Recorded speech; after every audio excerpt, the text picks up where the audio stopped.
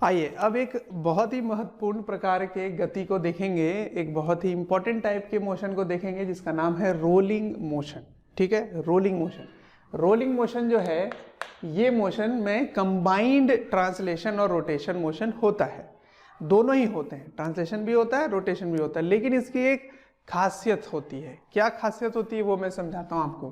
तो rolling motion या लोटनी गति में दोनों चीजें होंगी, तो मैं दोनों ही बना लेता हूँ। क्या क्या होगा, एक स्थानांतरण गति होगी ट्रांसलेशन मोशन जो कि सेंटर ऑफ मास के बराबर होगा, ठीक है, और एक रोटेशनल मोशन भी होगा ओमेगा।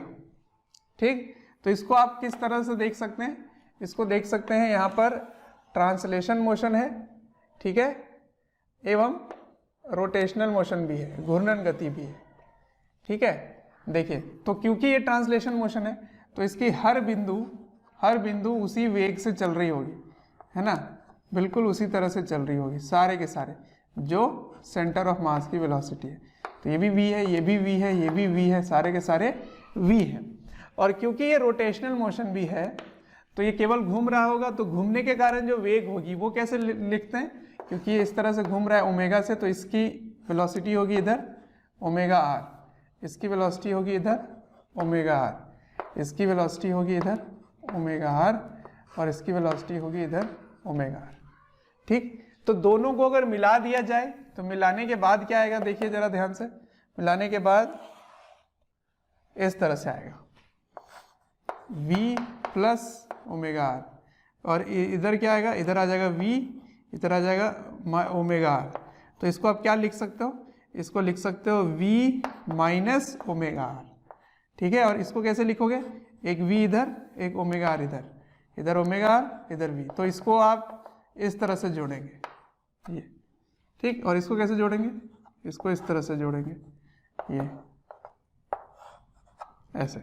तो ये v है, ये ओमेगा r है, तो इन दोनों का वेक्टर सम होगा, है ना, इसको आप सदिश की तरह जोड़ेंगे। ठीक, अच्छा, अब रोलिंग मोशन की खासियत क्या है, अगर नो स्लिपिंग लिखा जाए, rolling without slipping, no slipping, slipping नहीं हो रहा है, ठीक है, फिसल नहीं रहा,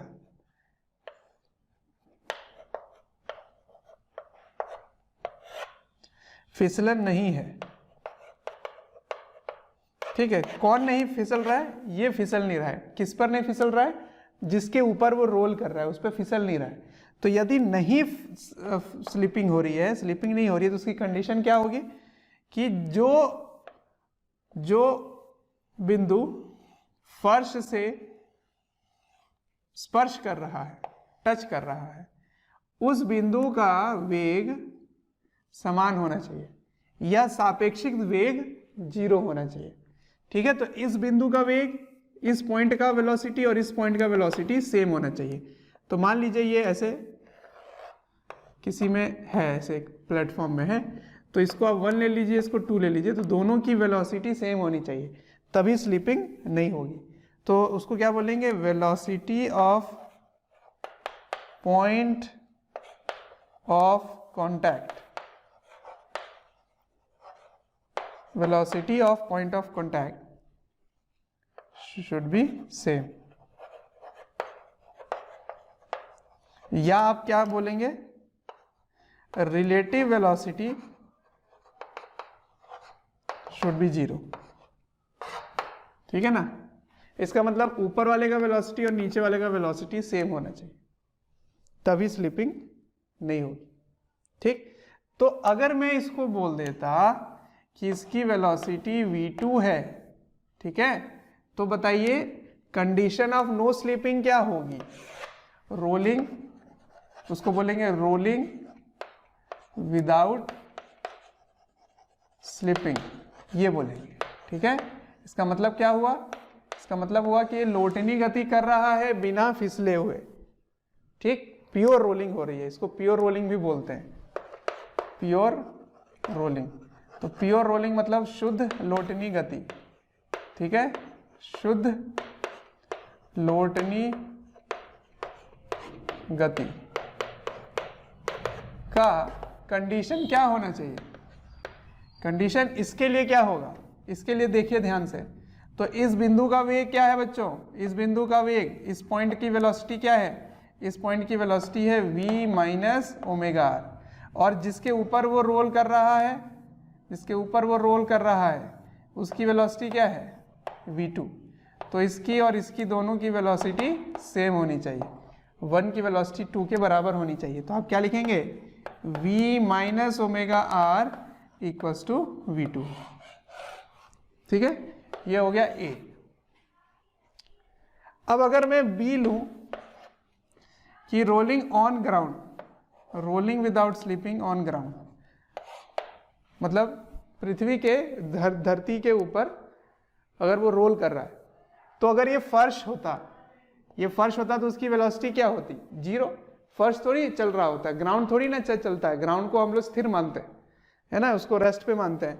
तो ऑन ग्राउंड अगर हो तो आप क्या करेंगे, यहाँ पर ऐसे बना लेंगे और इस तरह ग्राउंड बना लेंगे, तो फिर से इसकी वेलोसिटी तो v माइनस ओमेगा आर ही होगी, लेकिन इसकी वेलोसिटी क्या हो जाएगी, इसकी वेलोसिटी 0 हो जाएगी, इस बार v2 0 हो गया। तो आप क्या लिखेंगे, कंडीशन, शर्त क्या होगी इसकी, condition of pure rolling. Pure rolling मतलब समझते हैं, रोलिंग विदाउट स्लिपिंग, बिना फिसले हुए रोल करना, लोटनी गति करना। तो क्या है इसकी शर्त, इसकी शर्त है v माइनस ओमेगा आर बराबर 0, ये होना चाहिए। इसका मतलब क्या हुआ, इसका मतलब हुआ v बराबर ओमेगा आर होना चाहिए, तभी ये ग्राउंड के ऊपर रोल करेगा। तो ग्राउंड के ऊपर रोल करने की शर्त यह है कि वेग का मान, जो वेलोसिटी है, ट्रांसलेशन वेलोसिटी और angular velocity, v equals to omega r होना चाहिए। ठीक है, क्या होने के लिए, ग्राउंड में, ग्राउंड के ऊपर रोलिंग विदाउट स्लिपिंग होने के लिए, बिना फिसले हुए रोल करने का कंडीशन क्या होना चाहिए, ये v इसके ओमेगा आर के बराबर होना चाहिए। ठीक है, और देखते हैं आगे, एक और एग्जांपल, ये b मैंने लिया, c लेता हूं। तो आइए c देखते हैं। मैं एक और उदाहरण ले लेता हूं यहाँ पे इस तरह से। ठीक है, ये इसके ऊपर भी है और नीचे भी है, यूं। ठीक है, इसकी वेलोसिटी v2 है, इसकी वेलोसिटी v1 है। ये खुद इधर जा रहा है v से और इधर घूम रहा है ओमेगा से। अब बताइए कंडीशन ऑफ रोलिंग क्या होगी, रोलिंग विदाउट स्लीपिंग की कंडीशन क्या होगी, शर्त क्या होगी, ये बताइए। तो इस बार पॉइंट ऑफ कांटेक्ट दो हैं, दो ऐसे पॉइंट हैं जो कांटेक्ट में है। स्पर्श में 2 बिंदु हैं, एक यहाँ पर स्पर्श हो रहा है और एक यहाँ पर स्पर्श हो रहा है, ये दोनों पॉइंट। ठीक है, अच्छा, तो अब बताइए इसकी वेलोसिटी क्या होगी, इसकी वेलोसिटी होगी v और इधर हो जाएगी ओमेगा आर, इधर ओमेगा आर, इधर v। अच्छा, इधर क्या हो जाएगा v और इधर क्या हो जाएगा ओमेगा आर, है ना। और इसकी वेलोसिटी क्या है v1 और इसकी वेलोसिटी क्या है v2। तो यहां से आप क्या लिखेंगे, यहां से लिखेंगे v minus omega r equals to v2, और इधर से क्या लिखेंगे v plus omega r equals to v1। तो दोनों ही शर्त इसको मंजूर कराना पड़ेगा, तभी होगा। ठीक है, तभी रोलिंग विदाउट स्लिपिंग होगी। तो हमेशा रोलिंग विदाउट स्लिपिंग का कंडीशन क्या होता है कि पॉइंट ऑफ कांटेक्ट जो है वो मूव नहीं करना चाहिए। मतलब अब आप ये जानकर आश्चर्य होगा आपको कि जब कार की पहिया चल रही होती है ग्राउंड के ऊपर, तो जो बिंदु फर्श को टच करता है वो चलता नहीं है, वो मूव नहीं करता। तो उस व्हील का वो पॉइंट जो ग्राउंड के कांटेक्ट में है वो रेस्ट पे होता है। ठीक है, तो वो इसलिए क्योंकि उसमें स्लिपिंग नहीं होती। अगर स्लिप करने लग जाए, कभी आप देखते हो कि चक्का ऐसे स्किड करता है, उस समय मूव करने लगता है। और अगर वो बिना स्लिप हुए रोल करे तो उस समय जो कांटेक्ट में है वो वाले बिंदु की वेलोसिटी सेम होती है, और ग्राउंड के ऊपर होगी तो वेलोसिटी 0 होगी। तो देखिए ये वाला v minus omega r equals to 0 लिखा हुआ है, तो मतलब v बराबर ओमेगा आर होगा। ठीक है, तो ये कुछ इंट्रोडक्टरी पार्ट है और कंडीशन या जो शर्त है वो आपको पता होना चाहिए कि लोटनी गति, शुद्ध लोटनी गति का शर्त क्या होता है। तो लोटनी गति का शर्त पता चल गया हमें, ठीक है। तो मैं अभी शुरुआत में मैक्सिमम इसी की बातें करूंगा, ठीक है। ग्राउंड के ऊपर रोल करने की बातें होंगी। इसका मतलब V बराबर ओमेगा आर हमेशा मंजूर होगा, पर ये हमेशा नहीं होता है। ये ध्यान रखना कि क्या नीचे वाला जो फर्श है क्या वो चल रहा है या नहीं चल रहा है, वो आपको पता होना चाहिए। अगर नीचे वाला चल रहा है तो फिर ये वाली शर्त मंजूर होगी, V माइनस ओमेगा आर बराबर V2 होगा।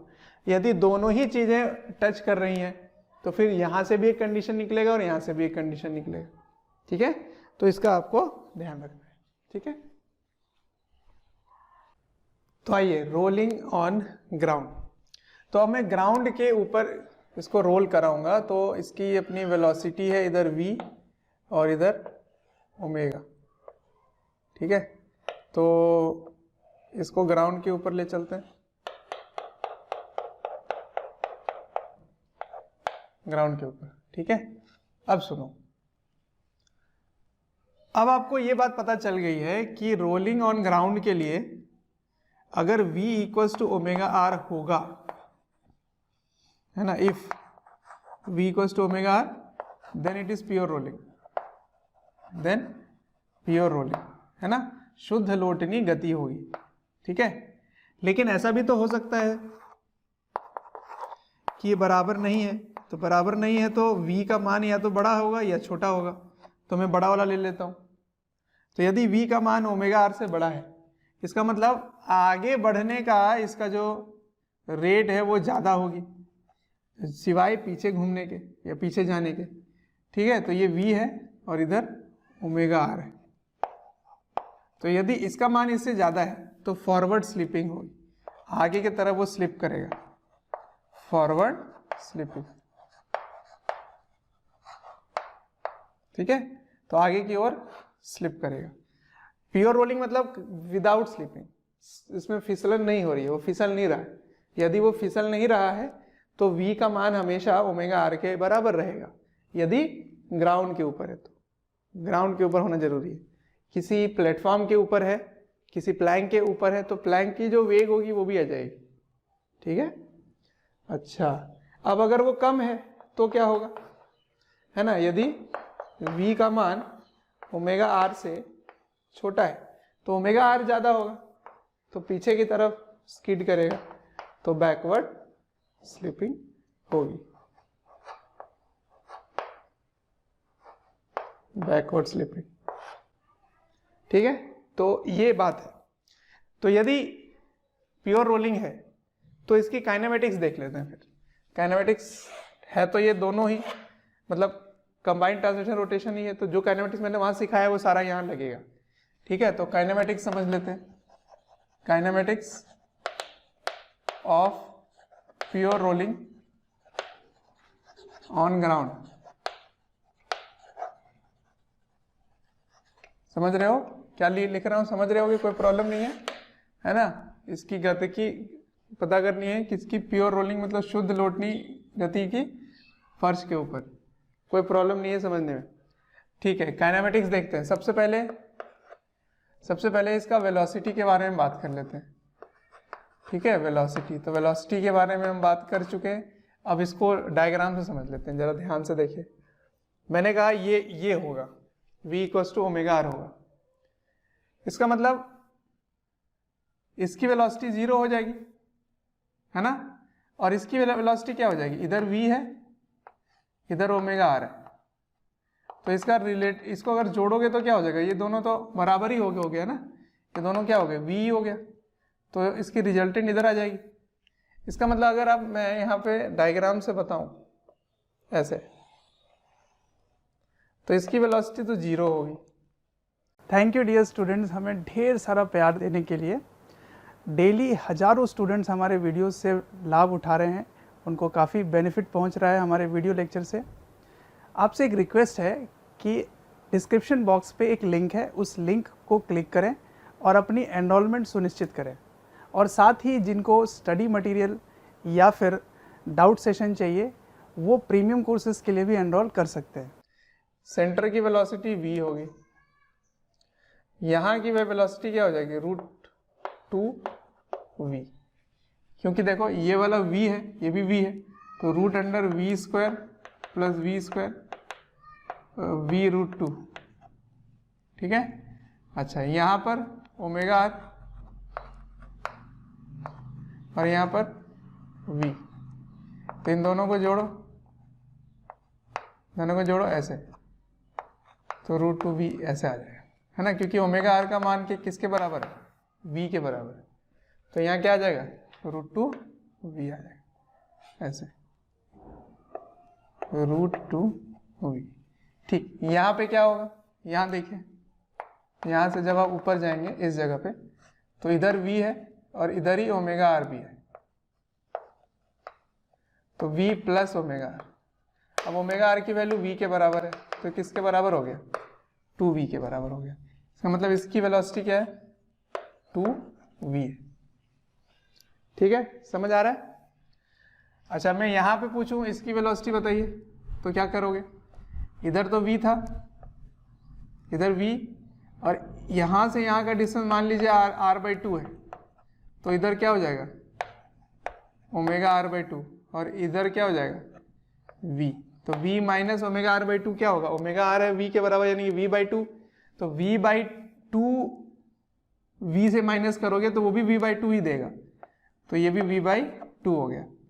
ठीक है, अब यहाँ से ऊपर आइए, इस जगह पे आ जाइए, इस जगह पे, तो इस जगह पे क्या होगा बोलो, इस जगह पे इधर v, इधर घूमकर ऐसे ω/r है, तो इधर v है और इधर ही ω/r भी है, ω/r, तो दोनों को जोड़ दो, तो ω/r ये वाला डिस्टेंस r/2 है, तो r/2 ले लेते हैं, तो जोड़ोगे तो क्या आएगा v plus ω/r/2, v/2 3v/2 हो जाएगा, तो ये आ जाएगा 3v/2।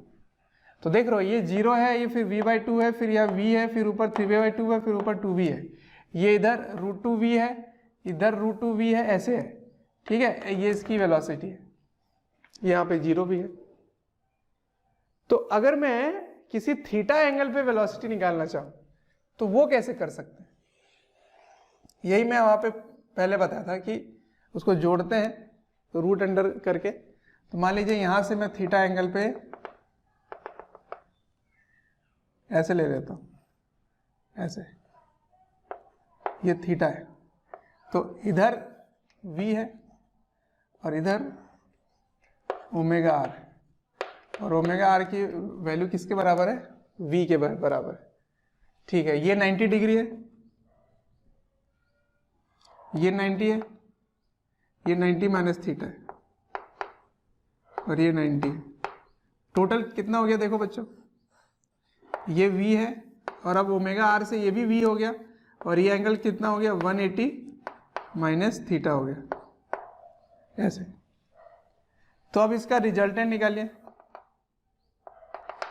इसका रिजल्टेंट निकालिए, तो इसका रिजल्टेंट क्या होगा, रूट के अंदर a² plus b² plus 2ab cos 180 minus theta. ठीक है, ऐसे। तो cos 180 माइनस थीटा क्या होगा, माइनस cos थीटा होगा, इसको जोड़ोगे तो क्या आ जाएगा 2v², इसको जोड़ोगे तो क्या आ जाएगा माइनस 2v², क्योंकि cos 180 माइनस थीटा क्या होता है, माइनस cos थीटा होता है, ये हो गया। अब यहाँ से मैं 2v² को कॉमन ले लेता हूँ, 1 माइनस cos थीटा, तो 1 माइनस cos थीटा को हाफ एंगल में खोल दीजिए, तो 1 माइनस cos 2 थीटा जैसा वाला फॉर्मूला लगा लो, तो क्या आ जाएगा 2 sin² थीटा/2, तो 2v² 2 sin² थीटा/2। तो यहां से दो 2 है, एक 2 बाहर आ जाएगा, और v² एक बाहर आ जाएगा, ये v² बाहर आ जाएगा, तो फाइनल आंसर क्या हुआ देखिए, तो v net is equal to 2v sine theta by 2। ये आ गया, ठीक है। तो इसको स्पीड मान सकते हो, ये इसकी मैग्नीट्यूड हो गई, तो स्पीड हो गई, स्पीड। तो किसी भी थीटा एंगल पे किसी भी सरकमफरेंस में पार्टिकल की स्पीड क्या होगी, 2v साइन थीटा बाई 2, ठीक। पर कब होगा, रोलिंग ऑन ग्राउंड होना चाहिए। ग्राउंड के ऊपर अगर रोल करे तो उसकी स्पीड क्या होगी, 2v साइन थीटा बाई 2। और थीटा कहां से ले रहे हो, तो वर्टिकल से ले रहे हो, ऊर्ध्वाधर से ले रहे हो, ठीक है। ये इसकी स्पीड हो गई, ठीक। तो इसी पे एक क्वेश्चन मैं पूछ दूं आपसे कि बताइए सरकमफ्रेंस में एक ऐसा पॉइंट बताइए, एक ऐसा पॉइंट बताइए जिसकी स्पीड v है। जैसे यहाँ पे इसकी स्पीड √2v है, इधर भी √2v है। तो यहाँ पे सरकमफ्रेंस में कितने दूर पर आप लेंगे, इसके परिधि पे कितने दूर पर लेंगे कि उसकी जो स्पीड, जो चाल है, वो स्पीड v के बराबर हो जाए, है ना, v के बराबर हो जाए। तो कैसे करेंगे, सवाल समझ में आया, ठीक है। Find point on circumference whose speed is v, ठीक है, रोलिंग ऑन ग्राउंड। सवाल समझ में आ गया। यदि ग्राउंड के ऊपर लोटनी गति हो रही है, शुद्ध लोटनी गति हो रही है, तो बताइए एक ऐसा बिंदु निकालिए जिसकी चाल कितनी है, v है। तो आपको चाल का रिजल्टेंट तो पता ही है, तो कितना आसान हो जाएगा देखना। इसको कैसे सॉल्व करें, v नेट बराबर 2v साइन थीटा बाई 2, ठीक। तो इसका मान क्या दिया हुआ है, v दिया हुआ है, इसका मान क्या है, v। तो यहाँ पे लिख दीजिए v बराबर 2v साइन थीटा बाई 2। यहाँ से v और v काट दीजिए, इधर जाके हाफ हो जाएगा, तो हाफ बराबर साइन थीटा बाई 2। तो साइन का मान हाफ कब होता है, जब वो 30 डिग्री पे होता है। तो इसको आप लिख सकते हैं 30 डिग्री बराबर थीटा बाई 2। तो थीटा बराबर 30 डिग्री इंटू 2 बराबर थीटा। तो थीटा का मान किसके बराबर हो गया, 60 डिग्री। इसका मतलब पाई बाई 3 अगर विस्थापन हो जाए यहाँ से 60 डिग्री होना चाहिए। तो यहाँ से 60 डिग्री पर अगर एक बिंदु लोगे तो उस बिंदु का वेग नहीं, उस बिंदु का चाल कितना होगा, v होगा। तो समझ आया कैसे करते हैं इन सब सवालों को। तो अगर ये सूत्र याद है तो काफी आसान हो जाता है। तो पहला चीज तो था वेलोसिटी, तो वेलोसिटी आपने निकालने सीख लिया।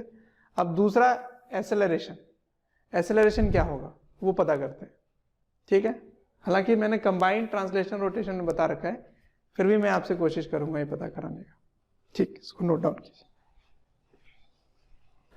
अब त्वरण देखने से पहले, एसेलरेशन देखने से पहले एक कुछ पॉइंट्स हैं जो उनको कंटिन्यू कर लेते हैं, काइनेमेटिक्स में ही सीख लेते हैं थोड़ा सा इसकी काइनेमेटिक्स। और पहली चीज़ तो ये कि आपने क्या देखा कि जो सेंटर है वो अगर v से जा रहा है तो जो टॉप है वो कितने से जाता है, 2v से जाता है। तो इसी पर एक सवाल अगर ऐसा पूछ दिया जाए कि मान लीजिए ऐसे ऊन का ऐसे गोला बना हुआ है, ऐसे ऊन का ऐसे, ठीक है, ऐसा है। तो यहाँ से एक धागा को अगर मैं खींचता हूँ ऐसे, और ये धागा अगर यहाँ से यहाँ तक के बीच की जो दूरी है वो मान लीजिए, ये धागा की लंबाई L मान लीजिए, L दूरी उसने तय की है। तो बताइए इसकी जो सेंटर है, इसका जो केंद्र है, सेंटर केंद्र, वो कितनी डिस्टेंस कवर करेगी। तो ऊन का अगर ऊपर वाला हिस्सा को अगर आप खींचें और ये दिया जाए कि ये रोल करता है ग्राउंड के ऊपर, ठीक है, रोल कर रहा है ग्राउंड के ऊपर, तो ये डिस्टेंस को आप क्या मानेंगे, अगर ये L है तो ये डिस्टेंस L/2 कवर करेगा, ठीक है, क्योंकि ये 2v है तो ये v कवर कर रहा है, तो ये L है तो ये L/2 करेगा, इसका डबल डिस्टेंस भी करेगा, ठीक है। अच्छा, नेक्स्ट चीज़ जो आपको सीखना है वो ये कि उसी रोलिंग पर ये जो एक बिंदु है सरकमफ्रेंस पे जो एक पॉइंट है, ये किस तरह मूव करेगा वो समझते हैं। देखिए मैंने इसको आगे बना दिया ऐसे, तो कुछ समय बाद ये यहाँ होगा, उसके बाद फिर ये यहाँ होगा ऐसे। तो देखिए ये वाला पॉइंट यहाँ से यहाँ पहुँचा, फिर यहाँ से यहाँ पहुँचा, फिर यहाँ से यहाँ पे पहुँचा होगा यहाँ पर, और फिर वो यहाँ पे पहुँच जाएगा। तो अगर इसके पाथ को कनेक्ट कीजिए, मैंने इसे सेंटर ऑफ मास में भी बताया था ये, तो देख रहे हो ये ऐसे टेढ़ा सा कॉम्प्लेक्स सिचुएशन आपको दिखेगा। तो रोलिंग में कुछ ऐसा दिखेगा, ऐसा। तो इसकी जो पथ है, इसकी जो पाथ है, ये जो पॉइंट है यहाँ वाला, इस बिंदु का पथ किस प्रकार होगी, उस पथ को क्या बोलेंगे? तो इस पथ का नाम होता है साइक्लॉइड। ठीक है, तो ट्राइजेक्ट्री जो है, ट्राइजेक्ट्री मतलब trajectory of point on circumference is cycloid.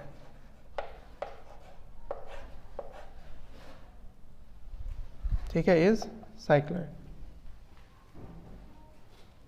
तो साइक्लॉइड पथ होता है इसका, तो इसकी पथ कैसी होती है? पथ चक्रीय होती है। ठीक है, चक्रीय।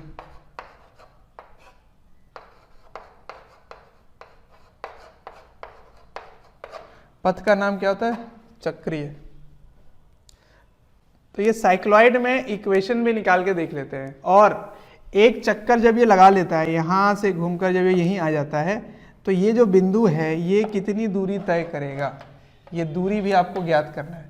यहाँ से यहाँ तक की दूरी ज्ञात कीजिए, ये वाली दूरी क्या होगी। ठीक है, अच्छा, सेंटर कितना डिस्टेंस कवर करेगा? ये केंद्र कितना डिस्टेंस कवर कर रहा है एक चक्कर में? जब यहाँ पहुँच जाता है तो एक चक्कर में केंद्र ने कितनी दूरी तय की? वही ये वाला होगा। और ये जो येलो लाइन है, ये वाली दूरी क्या है ये बताइए। तो दोनों दूरी मैं आपको कैलकुलेट करके दिखाऊंगा। ठीक है, तो उसको करते हैं। सबसे पहले पथ का नाम क्या है? चक्रीय है, साइक्लॉइड है। साइक्लॉइड पाथ होता है, किसका होता है?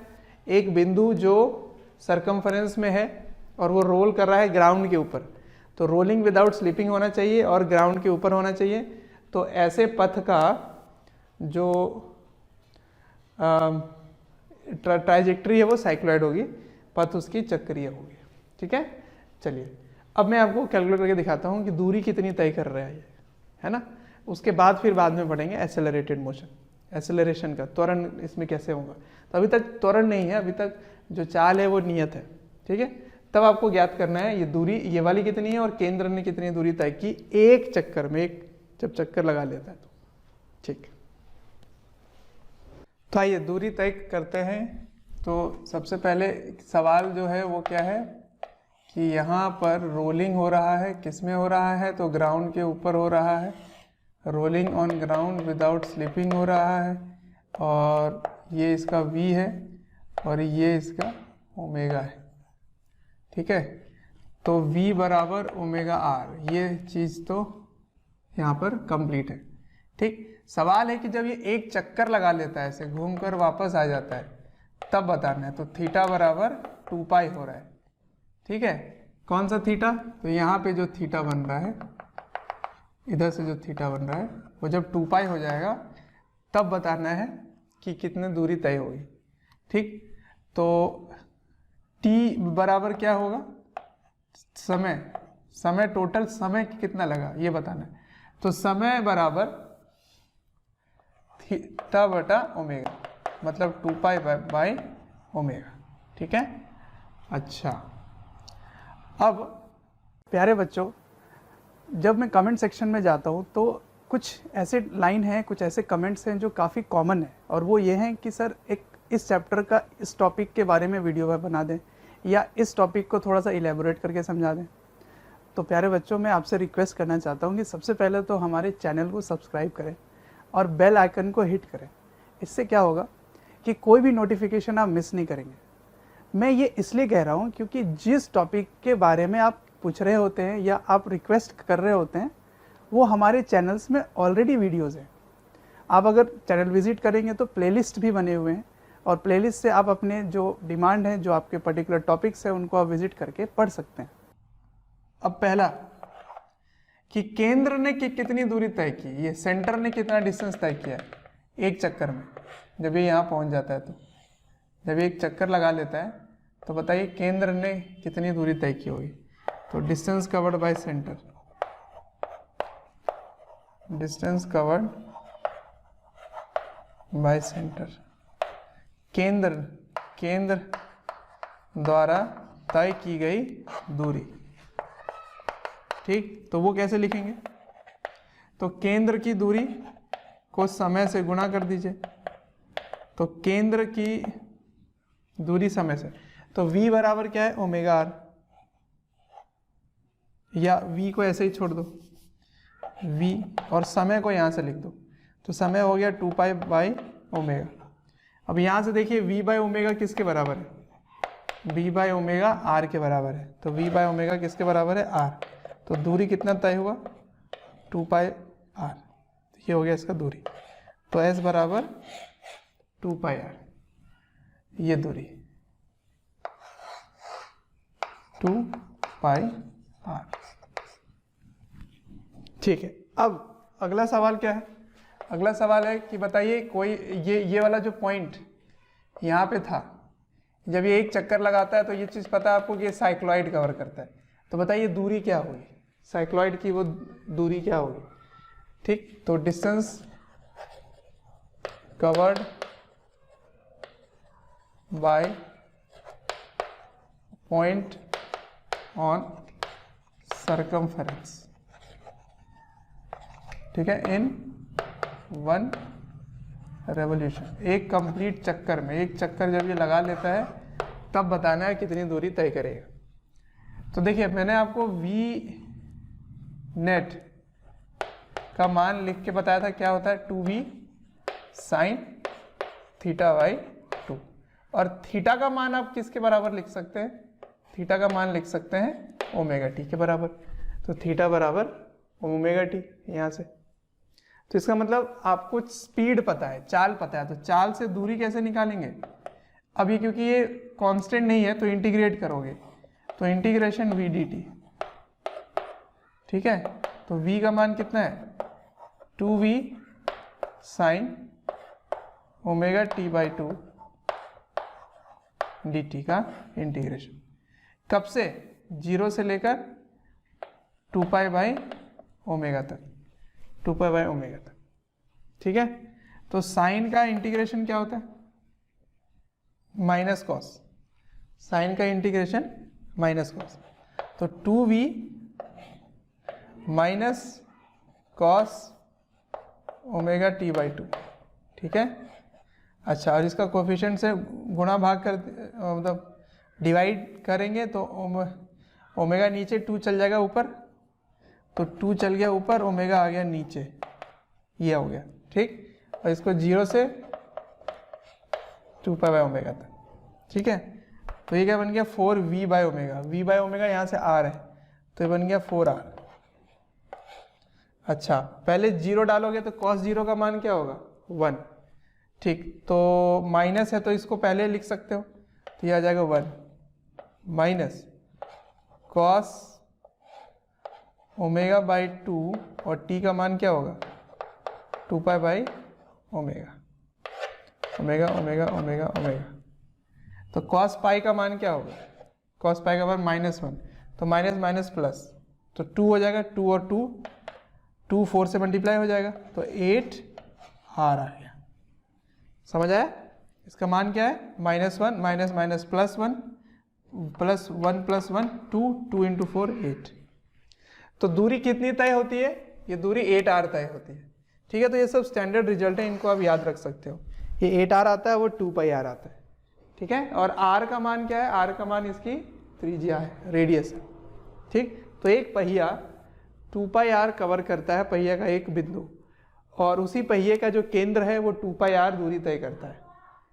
समझ में आया? तो ये हो गई कुछ मुख्य बातें जिनको आपको बस इसके रिजल्ट ही याद रख लेने हैं। ठीक है, अब मैं कुछ इसके साइक्लॉइड की इक्वेशन लिखने सिखा देता हूँ। इसकी ट्राजेक्ट्री की जो समीकरण है, इक्वेशन है, वो x और y के बीच में रिलेशन बता देता हूँ। ठीक है, उसको भी देख लेते हैं। आइए, मैं क्या निकालना चाह रहा हूँ, ये जो साइक्लॉइड पाथ है, इस साइक्लॉइड पाथ में x और y कोऑर्डिनेट क्या होगी ये निकालना चाह रहा हूँ। ठीक है, तो ये a बिंदु तो कोई था जो कि यहाँ चला गया किसी भी t टाइम पे। ठीक है, ऐसे, तो ऐसे ले लीजिए, मान लीजिए ये थीटा एंगल घुमा है, तो ये चीज़ मैंने आपको बता रखा है कि यहाँ पर v आता है, क्योंकि ये v वेग से जा रहा है, ये v आता है, तो इसकी भी वेलोसिटी इधर v होगी, और इधर ओमेगा r के कारण भी इसकी वेलोसिटी v होगी। ठीक है, उसके बाद मैंने आपको ये भी बताया, चलिए मैं यहाँ बना देता हूँ, ये है v और ये भी है v, ऐसे। ठीक है, अच्छा, तो ये वाला एंगल क्या होगा बच्चों, ये बताओ, ये एंगल थीटा होगा, थीटा होगा। ठीक है ना, ये एंगल थीटा होगा। तो मैं अगर इसकी नेट वेलोसिटी लिखूं तो इधर क्या आ जाएगा, v cos थीटा, और इधर क्या आ जाएगा, इधर आ जाएगा v sin थीटा।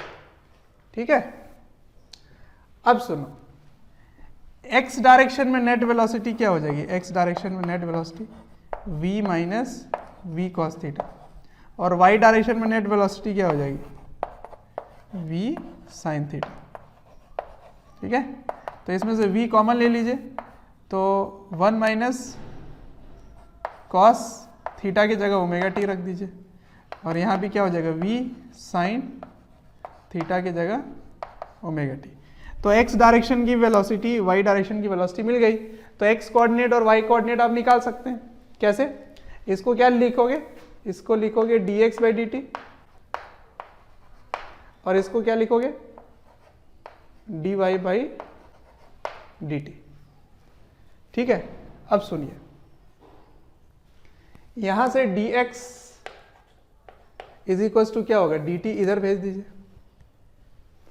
तो ये हो जाएगा v dt, है ना, क्योंकि इसकी स्पीड में कोई बदलाव नहीं है, ये कांस्टेंट है, तो ये कांस्टेंट है, t टाइम के साथ ये बाहर आ जाएगा, इसको ऐसे इंटीग्रेट करेंगे, माइनस एक v इसके साथ भी गुना हो जाएगा, तो v cos omega t dt।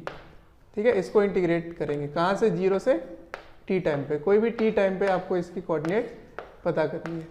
तो ये हो जाएगा x equals to V T minus cos का इंटीग्रेशन क्या होगा बच्चों, प्लस साइन, है ना, कॉस का इंटीग्रेशन प्लस साइन, तो v बाई ओमेगा हो जाएगा, ओमेगा डिवाइड हो जाएगा, और ये हो जाएगा साइन ओमेगा टी। ठीक है, और इसकी लिमिट आप रख दोगे 0 से t, तो यही आ जाएगा। आया समझ? तो यहाँ से आप v कॉमन ले सकते हैं, v कॉमन लेंगे तो क्या आ जाएगा answer, t minus sign omega T by omega, ये आ जाएगा x कोऑर्डिनेट। ठीक है, तो t की वैल्यू डालेंगे आप, क्योंकि v और ओमेगा तो कांस्टेंट ही रहने वाला है, अनएक्सेलरेटेड मोशन है, v कांस्टेंट है। अब y के लिए क्या करेंगे, y बिल्कुल आसान है, देखो कैसे निकलेगा, तो dy is equals to v sine omega t dt। ठीक है, इसको इंटीग्रेट करेंगे, v बाहर आएगा 0 से t, ये 0 से y। ठीक है, ये आ जाएगा y इक्वल्स टू साइन का इंटीग्रेशन क्या होता है, माइनस कॉस होता है, तो v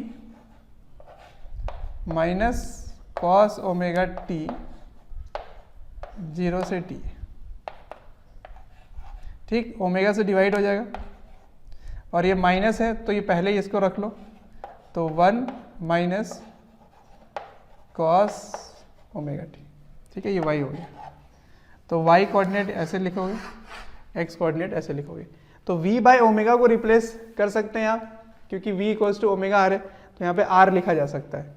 सही है, तो इसकी वैल्यू ऐसे भी लिख सकते हो r 1 minus cos omega T. और यहाँ कैसे लिखोगे, ओमेगा टी से मल्टीप्लाई कर दीजिए और ओमेगा को बाहर निकाल दीजिए, तो ये आ जाएगा r omega T minus sign omega T. ठीक है, ऐसे भी लिख सकते हैं। तो x कोऑर्डिनेट ऐसे निकलेगा, y कोऑर्डिनेट ऐसे निकलेगा। और इसको अगर सॉल्व करोगे x और y में, टाइम अगर एलिमिनेट करना चाहो, टाइम को हटा के x और y के बीच में, तो साइक्लॉइड की इक्वेशन आएगी। ऑल्दो हमें इक्वेशन एग्जैक्टली पता करने की जरूरत नहीं है, लेकिन x और y के बीच में आप रिलेशन निकाल सकते हैं। ठीक है, तो ये हो गया साइक्लॉइड में किसी भी पॉइंट में कोऑर्डिनेट कैसे निकालते हैं। ठीक है, किसी भी t समय में सरकमफ्रेंस में लेकिन निकलेगा ये, सरकमफ्रेंस में किसी भी पॉइंट में वेलोसिटी, इसकी कोऑर्डिनेट क्या होगी।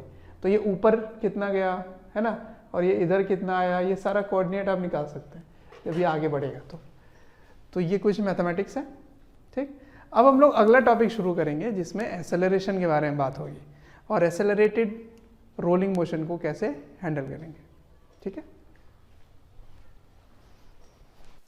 तो अब त्वरित लोटनी गति देखेंगे, मतलब अब एक्सेलरेटेड मोशन होने वाला है। अभी तक v कांस्टेंट था, ओमेगा कांस्टेंट था, पर अब v भी बढ़ेगा, ओमेगा भी बढ़ सकता है।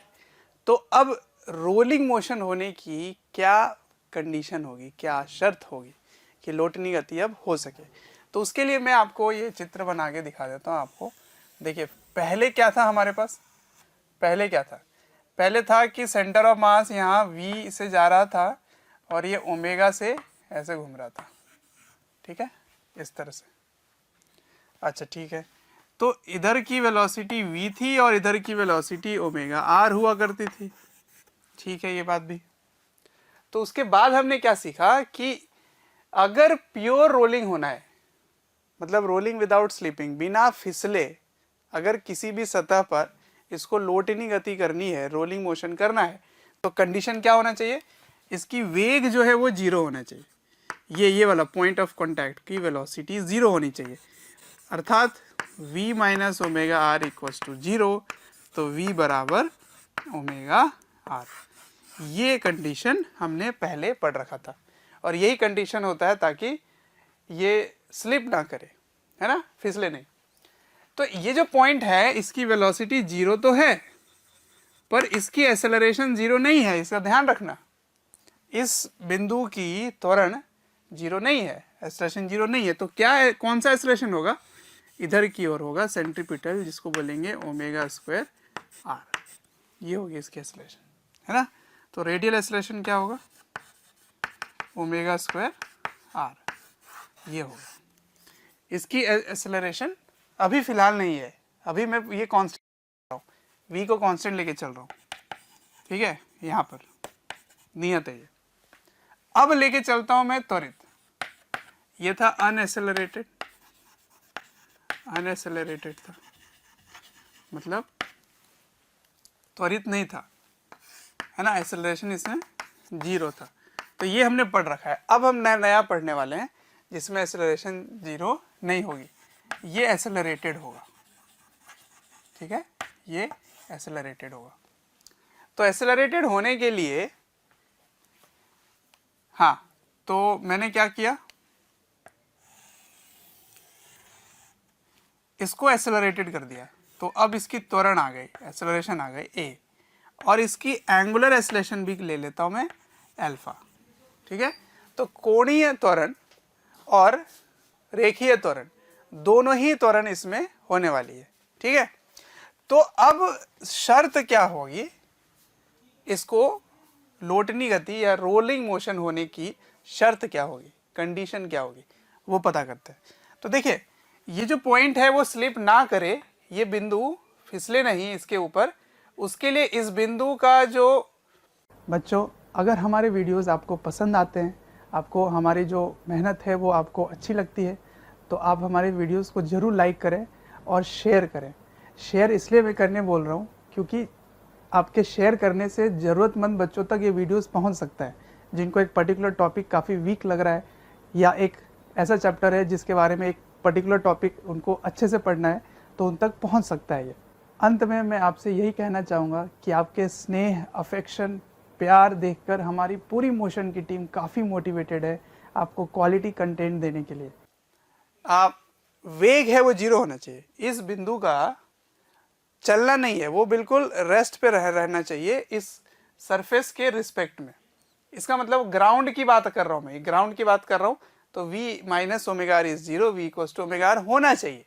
पर अब ये त्वरित है, तो इसका मतलब v के बढ़ने का जो दर है, जो रेट है, वो कहलाता है a। तो इसके बढ़ने का रेट और इसके बढ़ने का रेट अगर समान नहीं हुआ तो फिर ये दोनों बराबर नहीं होगा। तो अगर बराबर होना है तो इसका मतलब a इक्वल्स टू क्या होना चाहिए, अल्फा आर होना चाहिए। समझ आया क्या बोलना चाह रहा हूं मैं? इसके बढ़ने का दर, इसके बढ़ने का दर कहलाएगा a और इसके बढ़ने का दर कहलाएगा अल्फा, और r तो है ही।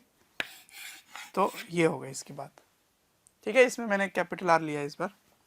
तो ये शर्त है condition of rolling, this is the condition of rolling. किसकी कंडीशन है, किसकी कंडीशन है? शर्त है, शर्त लोटनी गति का, लोटनी गति के क्या होना चाहिए, ए इक्वल्स टू अल्फा आर। किस में होना चाहिए? Condition of rolling on ground. अब मैं ग्राउंड ही पढ़ा रहा हूँ आपको तब से। अगर ये ग्राउंड नहीं है, ठीक है, यदि ये इस तरह से है, एक प्लैंक के ऊपर है और प्लैंक इधर A1 से जा रहा है, ये खुद इधर A से जा रहा है और इसमें अल्फा है, ठीक है, तो इन दोनों पॉइंट का एक्सेलरेशन बराबर होना चाहिए। तो इस पॉइंट का एक्सेलरेशन क्या होगा, इस पॉइंट का एक्सेलरेशन इधर होगा a, इस पॉइंट का एक्सेलरेशन इधर क्या होगा, अल्फा आर। तो a minus alpha r equals to a1 होगा, ठीक है। ये शर्त होगी एक्सेलरेशन की। यदि किसी त्वरित प्लैंक के ऊपर ये खुद त्वरण में हो तो a minus alpha r equals to a1 होगा। लेकिन उसी समय मैं ये बात भी आपको समझा देना चाहता हूँ कि इसकी एक एक्सेलरेशन इधर भी होगी, और ये इस समय जो ओमेगा है वो ओमेगा स्क्वायर आर होगी, और इधर का एक्सेलरेशन होगा a और इधर का एक्सेलरेशन होगा अल्फा आर, अल्फा आर। तो a minus alpha r ground में रोल कर रहा है, तो ठीक है। चलिए, तो ये बात आपको समझ आ गया, ये कंडीशन होना चाहिए। अब सुनिए, क्योंकि त्वरण की बात हो रही है, क्योंकि एक्सेलरेशन की बात हो रही है, क्योंकि अल्फा यानी कि कोणीय त्वरण की बात हो रही है, तो हमें न्यूटन की भी बात यहाँ पे माननी पड़ेगी। न्यूटन ने क्या कहा था कि त्वरण के लिए आपको बल चाहिए और अल्फा के लिए क्या चाहिए, टॉर्क, बल आघूर्ण चाहिए, है ना। तो एक्सेलरेशन के लिए आपको फोर्स चाहिए और अल्फा के लिए आपको टॉर्क चाहिए। तो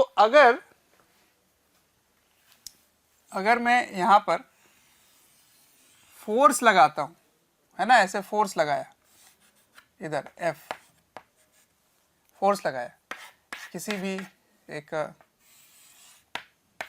ब्लॉक के बारे में बात हो रही है, तो जो भी नेट फोर्स होगा, नेट फोर्स जितने भी 2-4 फोर्स लग रहे होंगे, तो नेट फोर्स जो होगा F नेट, वो क्या होगा, M into A centre of मास, ठीक है। तो नेट फोर्स जिस डायरेक्शन में होगा उसी डायरेक्शन में मास इंटू एक्सेलरेशन होगी, ठीक है। और नेट टॉर्क जो होगा, नेट टॉर्क वो क्या होगा, I अल्फा। अब प्रॉब्लम यह है कि टॉर्क किसी भी पॉइंट के अबाउट होता है, तो कौन से पॉइंट के अबाउट ले, ये तो पूरा अक्ष जो है वही मूव कर रहा है, एक्सिस ही मूव कर रहा है, तो कौन से एक्सिस के अबाउट टॉर्क ले। तो एक्सिस आप कहीं भी ले, तो अगर आप यहां पर लेते हैं सेंटर ऑफ मास के अबाउट लेते हैं, तो ये अपने में भी एक एक्सेलरेटेड बॉडी है, खुद भी एक क्या है, त्वरित है। तो अगर आप एक्सेलरेटेड बॉडी में बैठ जाएंगे तो एक स्यूडो फोर्स भी लगेगा, तो बिल्कुल सही बात है। तो स्यूडो फोर्स इधर जाएगा ma, ठीक है। तो सेंटर ऑफ मास के अबाउट अगर आप लेते हैं तो इस स्यूडो फोर्स का टॉर्क 0 हो जाएगा। तो यही सबसे सही पॉइंट है वहां पर, क्योंकि स्यूडो फोर्स का टॉर्क 0 हो रहा है, इसीलिए हम वहीं पे ले लेंगे इसको। तो net torque about centre of मास, तो I अबाउट सेंटर ऑफ मास भी लोगे आप, ठीक है। क्यों कर रहे हैं सेंटर ऑफ मास का अबाउट, क्योंकि उसका टॉर्क 0 हो जा रहा है, ठीक है ना, इसलिए वहां पे लेंगे। अगर आप यहां लेते, इस जगह इसके अबाउट लेते, तो फिर आपको स्यूडो फोर्स का भी टॉर्क लेना पड़ता। अगर आप यहां पे लेते तो भी इसका स्यूडो फोर्स का टॉर्क आ जाएगा, ठीक है। लेकिन इस पॉइंट के अबाउट अगर लोगे, इस पॉइंट के अबाउट, तो इस पॉइंट के अबाउट अगर जैसे ये जो पॉइंट है बिल्कुल जो छू रहा है, इस पॉइंट की एक्सेलरेशन 0 है लीनियर डायरेक्शन में, क्योंकि a का मान अल्फा r के बराबर है, सही है। क्योंकि यहां पर a है इधर और इधर है अल्फा r, तो फिर इस डायरेक्शन में नेट एक्सेलरेशन तो 0 हो गया ना, a नेट इक्वल्स टू 0। तो केवल एक ही एक्सेलरेशन रहेगा, वो है ओमेगा स्क्वायर r। तो फिर आप स्यूडो फोर्स जब आप इसके अबाउट यहां पे जब आप लिख रहे हैं, इसके अबाउट लिख रहे हैं, तब की बात कर रहा हूं। अगर आप इस पॉइंट के अबाउट टॉर्क लिखना चाहते हैं, ये लिखना चाहते हैं, तो इधर स्यूडो फोर्स लिखेंगे आप, m ओमेगा स्क्वायर r लिखेंगे, क्योंकि एक्सेलरेटेड मोशन जो हो रहा है उसकी एक्सेलरेशन ऊपर हो रही है, तो स्यूडो फोर्स एक्सेलरेशन के नीचे लगता है, छदम बल त्वरण के विपरीत दिशा में लगता है, तो m ओमेगा स्क्वायर r हो गया। तो इसका भी टॉर्क इसके अबाउट 0 हो रहा है, देखिए। तो ये वाला पॉइंट भी बिल्कुल सेफ है, आप इसके अबाउट भी लिख सकते हैं, net torque equals to I alpha. पर हम लोग सेंटर ऑफ मास के अबाउट लेंगे, आसान रहेगा, ठीक है। तो ये बात हो गई कि अगर त्वरण है तो बल चाहिए, अल्फा है तो टॉर्क चाहिए, और टॉर्क बल के कारण होगा, और ये अल्फा क्या करेगा, इसके ओमेगा को बढ़ाएगा, अगर ओमेगा की दिशा में ही अल्फा है तो, और ये ए क्या करेगा, इसके वी को बढ़ाएगा, इसके वी को बढ़ाएगा, है ना। तो मैं कुछ एग्जांपल आपको लिख के दिखाता हूं यहां पर, जिसमें वेलोसिटी, ओमेगा, अल्फा और ए, इनकी बातें होंगी, ठीक है। तो थोड़ा सा मैं एग्जांपल दूंगा तो फील आएगा, समझ आएगा कि वेलोसिटी कम हो रहा है कि वेलोसिटी बढ़ रहा है, ओमेगा कम हो रहा है या ओमेगा बढ़ रहा है, ओमेगा कौन बढ़ा रहा है, फोर्स का टॉर्क किधर है, अल्फा किधर है, एटसेट्रा एटसेट्रा, ठीक है। तो चलिए इसको नोट डाउन कीजिए, मैं उसको लेता हूँ। तो आइए, पहला एग्जांपल कुछ इस तरह से है कि मान लीजिए आपने एक गेंद को ऊपर फेंका ऐसे, तो इसकी किसी भी समय में v ऐसे अपने वेलोसिटी देकर फेंकी है, लेकिन इस बार ऐसे घुमाकर फेंके हो, ऐसे घुमा के, तो ऐसे घुमाकर फेंकोगे तो इसकी ओमेगा ऐसी होगी, इस तरह से, ठीक है। तो जैसे जैसे ये ऊपर जाता है, हमने सीख रखा है कि ऊपर जाते जाते इसकी वेलोसिटी 0 हो जाती है, इसके ओमेगा में क्या फ़र्क पड़ेगा ये बताइए। क्या इसके घूमने का जो रेट है, जो दर है, वो कम हो जाएगा, क्या इसकी ओमेगा कम हो जाएगी, या इसकी ओमेगा बढ़ेगी, या ओमेगा में कोई चेंज नहीं आएगा, या ओमेगा भी 0 हो जाएगा ऊपर जाके, इसको समझते हैं। तो देखिए इस पे फोर्स क्या लग रहा है वो समझते हैं। आपके हाथ से अलग होते ही, आपके हाथ से अलग होते ही इसकी वेलोसिटी v और ओमेगा है, v और ओमेगा है, ठीक है। तो अलग होते ही इसमें फोर्सेस क्या क्या लग रहा है वो देखिए। आपने बाहर से कोई फोर्स लगाया नहीं, एक ही फोर्स लग रहा है, वो है mg। अब ये mg का जो फोर्स है, ये जो बल है, ये इसके वेलोसिटी को कम करेगा, क्योंकि इसके वेलोसिटी के ऑपोजिट में फोर्स है, तो इसकी वेलोसिटी कम होती है और वहां जाते जाते इसकी वेलोसिटी 0 हो जाती है, ऊपर वेलोसिटी 0 हो जाती है। लेकिन इस फोर्स का कोई टॉर्क नहीं आएगा इस सेंटर ऑफ मास के अबाउट। तो यदि कोई टॉर्क नहीं आएगा तो ओमेगा में चेंज नहीं आएगी, क्योंकि अल्फा ही नहीं आया, ठीक है, अल्फा ही नहीं आया। तो ये अल्फा में नहीं आया कोई चेंज, कोई अल्फा ही नहीं आया, इसलिए ओमेगा में कोई चेंज नहीं आएगा, इसलिए यहाँ भी ओमेगा रहेगा। तो ऊपर में भी वो घूमता ही रहेगा, ऐसे ऐसे घूमता ही रहेगा। तो कभी भी घुमा के अगर आप गेंद फेंकते हैं तो ऐसे ऐसे घूमते घूमते ऊपर जाता है और घूमता ही रहता है थोड़ी देर, फिर वो नीचे आता है ऐसे, और ओमेगा में कोई चेंज नहीं आता है। ठीक है, दूसरा एग्जाम्पल देखिए। दूसरे उदाहरण में मान लीजिए यहाँ पर एक दीवार है और कहीं भी फ्रिक्शन नहीं है, कहीं भी घर्षण नहीं है, घर्षण गुणांक 0 है, कहीं भी घर्षण नहीं है। ठीक है, अब मान लीजिए ये ऐसे एक गेंद है जो ऐसे v वेलोसिटी से ओमेगा लेकर ऐसे आगे बढ़ता है। तो यहाँ जाने के बाद जब ये इससे टकराएगी गेंद, तो इस पे बल क्या क्या लग रहा है ये देखते हैं। ठीक है, तो यहाँ पर सेंटर यहाँ पे mg लग रहा होगा, यहाँ पे ऐसे लग रहा है नॉर्मल, और इधर से एक फोर्स लग रहा है, इधर से एक फोर्स लग रहा है। तो ये फोर्स क्या करता है, इसकी वेलोसिटी को चेंज कर देता है।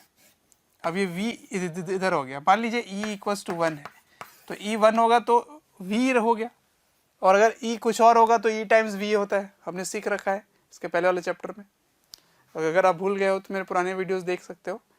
सेंटर ऑफ मास, द्रव्यमान केंद्र जो था, उसमें मैंने कोलिजन पढ़ाया था। तो फर्श से जो कोलिजन होता है उस पर यह सिखाया था मैंने। ठीक है, तो इसकी वेलोसिटी चेंज हो जाएगी, लेकिन इसकी ओमेगा पहले इस प्रकार से थी, तो क्या अभी कोई टॉर्क आएगा? तो सेंटर ऑफ मास के अबाउट अगर आप देखें तो mg यहीं से पास हो रहा है, इसका कोई टॉर्क नहीं आया, नॉर्मल का टॉर्क नहीं आया, और अब इस वाले फोर्स का भी कोई टॉर्क नहीं आएगा, इसको n' लिख देते हैं। इस वाले फोर्स का भी कोई टॉर्क नहीं आएगा। तो अगर इसका भी टॉर्क नहीं आया, इसका भी टॉर्क नहीं, इसका भी टॉर्क नहीं, तो इसके ओमेगा में कोई परिवर्तन नहीं आएगी, ओमेगा अभी भी रहेगी। तो जब ये टकरा के इधर जाएगा ना, उस समय इसकी वेलोसिटी ऐसे, लेकिन इसकी ओमेगा ऐसी रहेगी, ओमेगा में कोई परिवर्तन नहीं होगा। तो ये छोटी छोटी बातें हैं जो आगे बहुत इंपॉर्टेंट रोल प्ले करेगी। ठीक, तीसरे पे आते हैं। अब इसमें सुनिए क्या हो रहा है, फ्रिक्शन अभी भी बात नहीं कर रहे, फ्रिक्शन अभी भी 0 है। अगर आप इधर फोर्स लगाते हैं F, ठीक है, तो सेंटर ऑफ मास के अबाउट अगर आप देखें तो इस फोर्स का क्या क्या काम होगा। सबसे पहले तो ये फोर्स जिस दिशा में लग रही है उसी दिशा में त्वरण देगा ये, तो F जो है वो इस डायरेक्शन में एक्सेलरेशन दे देगा, तो A आ जाएगा। ठीक है, तो F के कारण A आया। अब इसी F के कारण अल्फा भी आएगा। तो सेंटर ऑफ मास के अबाउट अगर आप देखें तो फोर्स जो है वो सेंटर ऑफ मास के about centre of mass alpha देता है। तो अल्फा देने से क्या होगा, इसकी ओमेगा भी बढ़ जाएगी, ये अल्फा हो गया तो इसकी ओमेगा बढ़ जाएगी। ठीक है, और ये F के कारण एक्सेलरेशन भी मिलेगा, तो एक्सेलरेशन भी मिलेगा और अल्फा भी मिलेगा। ठीक है, तो ये ऐसे घूमने भी लगेगा और आगे चलने भी लगेगा। यहाँ पे मैं फ्रिक्शन नहीं ले रहा हूँ, इसलिए फ्रिक्शन की बात नहीं करेंगे, अभी थोड़ी देर बाद में बताऊंगा फ्रिक्शन। ठीक है, तो ये बात समझ में आ गई। अब इसकी डायरेक्शन किधर है, अल्फा की डायरेक्शन होगी क्लॉकवाइज, घड़ी की दिशा में, और इसकी A की डायरेक्शन किधर होगी, +i में, ऐसे A इधर। लेकिन यही फोर्स यदि नीचे लगे ऐसे, है ना, नीचे की ओर लगे F, तो सेंटर ऑफ मास के अबाउट इसकी अल्फा किधर हो जाएगी, ऐसे हो जाएगी, है ना, क्योंकि इसके ऐसे घुमाएगा ये, तो इस बार घड़ी के विपरीत दिशा में अल्फा आएगा, और एक्सेलरेशन जिधर F है उधर आएगा ऐसे A। ठीक है, मान लेते हैं इसकी एक ही फोर्स है इधर, तो फोर्स लग रहा है, यहाँ पे फोर्स लग रहा है। अब आपको क्या देखना है यहाँ से, हमने ये चीज़ देख लिया बार बार कि ये जो फोर्स है इसको एक्सेलरेट कर रहा है इधर, लेकिन इसका torque alpha anti clockwise direction में देता है। ठीक है, अच्छा, तो यहाँ से हमने क्या सीखा कि फोर्स देखकर, केवल एक ही फोर्स है, मैंने एक ही फोर्स लगाया, हो सकता है 2-4 फोर्स हो, तो सभी का टॉर्क फिर आपको देखना पड़ेगा, पर मैं एक ही फोर्स लगाकर मैं आपको दिखा रहा हूं कि ये फोर्स इसको एक्सेलरेशन दे रहा है इधर, और यही फोर्स सेंटर ऑफ मास के अबाउट अल्फा किधर दे रहा है, एंटी क्लॉकवाइज में। ठीक है, तो F जो है about centre of mass alpha दे रहा है किधर, एंटी क्लॉकवाइज, एंटी क्लॉकवाइज। ठीक है, और A किधर है, इधर प्लस आई इधर है। ठीक है, तो ऐसे इस चीज को सॉल्व करते हैं। ठीक है, तो अब आगे फ्रिक्शन की भी बात करेंगे और देखेंगे कि इसकी इक्वेशन कैसे लिख सकते हैं। जो इक्वेशन मैंने लिखने सिखाया, जो मेन इक्वेशन आपको बताया, उसको यूज करने के लिए क्या है, net force equals to M A centre of mass, और net torque about centre of mass is equals to I centre of mass into alpha. ठीक है, ये दोनों इक्वेशन लगाने सीखेंगे। ठीक है, अब सुनो, अभी इसको नोट डाउन करते हैं, फिर मैं आपको बताता हूँ फ्रिक्शन कैसे देखेंगे और मैं बताऊंगा आपको इसको कैसे यूज करेंगे। कोई भी चैप्टर या वीडियोस आपको डिटेल में ईयर लॉन्ग वाले वीडियोस चाहिए और काफ़ी डिटेल में वीडियोस आपको चाहिए, तो आपको एक नंबर दे रहा हूँ, टोल फ्री नंबर है, आप इनको कॉल करें और डिटेल में आप बात कर सकते हैं और पूछ सकते हैं। नंबर है 1800-2121-799।